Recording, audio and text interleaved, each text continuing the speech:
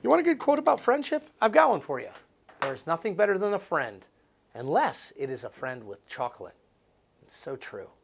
So good. Speaking of friends, Donald Trump, he's not all that big on them.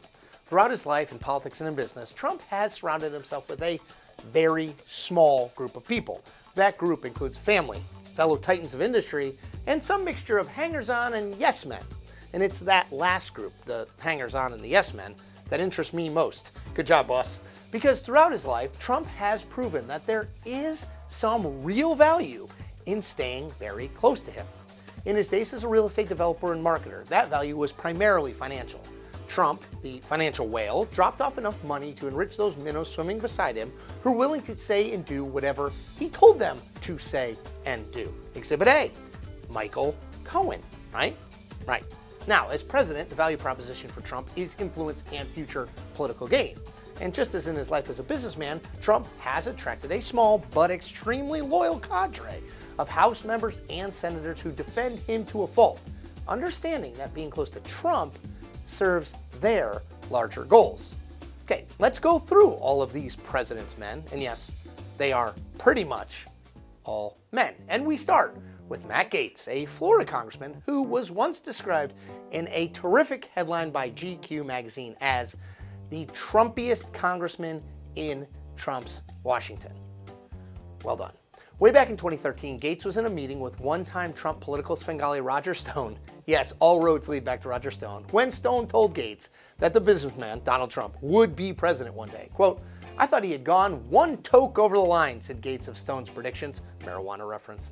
But Gaetz was convinced, somehow, and became an early endorser of Trump. And unlike so many other Republicans who wavered in their support for Trump over the 2016 campaign, Gaetz never, ever backed away from the billionaire businessman. I think that the substance of this memo absolutely implicates senior officials at the Department of Justice and the FBI, and I think that it shows that the entire Mueller investigation should have never been started in the first place. In fact, the more norms Trump has smashed through as a candidate and now as president, the more Gaetz has not only leaned into his support for the president, but also seemed to emulate Trump's actual behavior.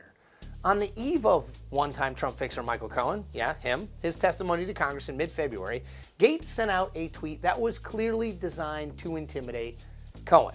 Wrote Gaetz, quote, "Hey, at Michael Cohen 212, do your wife and father-in-law know about your girlfriends?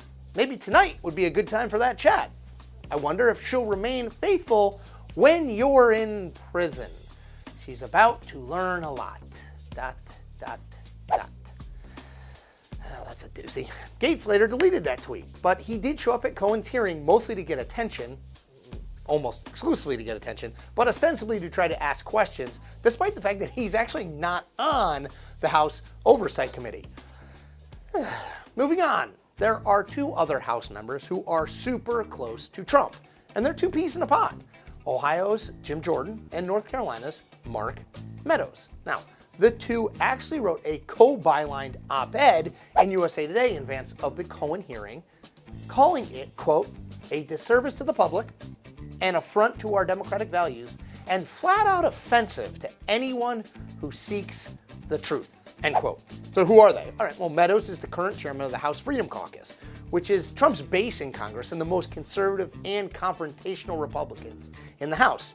Jordan actually co-founded that group and remains very closely affiliated with it. Now, Meadows and Jordan have worked hammer and tongs, I love that expression, since Trump was elected to help him build his case that there's in fact a deep state within the Justice Department and the broader government that never wanted Trump to win, and since he did win, has worked to hamstring his effectiveness. Now, both men, Meadows and Jordan, not only make their case for Trump inside the walls of Congress, but they also do it on cable TV, including Trump's pet channel, which, of course, I don't need to tell you this, is Fox News Channel. The American people have a right to know if the guy running the Justice Department was actually talking about doing those two things with the guy they elected president. They need a right, they need answers to those questions. Trump has, of course, taken notice because all he does is watch cable TV. Quote, "He's a champ. I love him defending me on television. He is a bulldog," Trump said of Jordan at a campaign rally in Cleveland just before the election. Quote, "He doesn't give a damn. Boom, boom, boom. Point after point, right? He's a champ. Boom, boom, boom." Meadows bragged in the Cohen hearing that he had spoken to Trump more than 300 times. I bet you haven't done that, right? Right? Am I right? I'm right. Meadows was also considered a potential chief of staff to Trump in the White House, but he didn't get that job. Now let's move over to the Senate and the very curious case of Lindsey Graham. Graham ran against Trump in the 2016 GOP primaries, and although the South Carolina senator was never a serious contender, he was outspoken about his distaste for Donald John Trump. Said Graham of Trump on CNN in December 2015, quote, "He's a race-baiting, xenophobic, religious bigot. He doesn't represent my party. He doesn't represent the values that the men and women who wear the uniform are fighting for," end quote. Seems pretty cut and dry, but Graham has experienced a remarkable about-face since those days. He is now a regular golf partner of the president's and one of Trump's most outspoken defenders. Take this. Graham almost single-handedly saved the nomination of Brett Kavanaugh to the Supreme Court, dragging a badly damaged Kavanaugh across the line with a spirited defense of the judge's record and character in front of the Senate Judiciary Committee. And, yes, Graham defended Trump about the Cohen hearing as well, tweeting this, quote, "Democrats' hatred of Trump is undercutting an important foreign policy effort and is way out of line." That important foreign policy effort? The summit between Kim Jong-un and Donald Trump in Vietnam. So, what explains Graham's 180 on Trump? Graham himself explained it as a desire to be relevant in a recent New York Times Magazine profile, which he probably shouldn't have said. The desire to be relevant is a powerful elixir in politics and in life, and that's what explains the closeness of all these president's men. They think that by staying in Trump's good graces, they have a better chance of getting what they want in policy and political terms. And that is the point. We make new episodes every Tuesday and Thursday. Make sure to check them all out.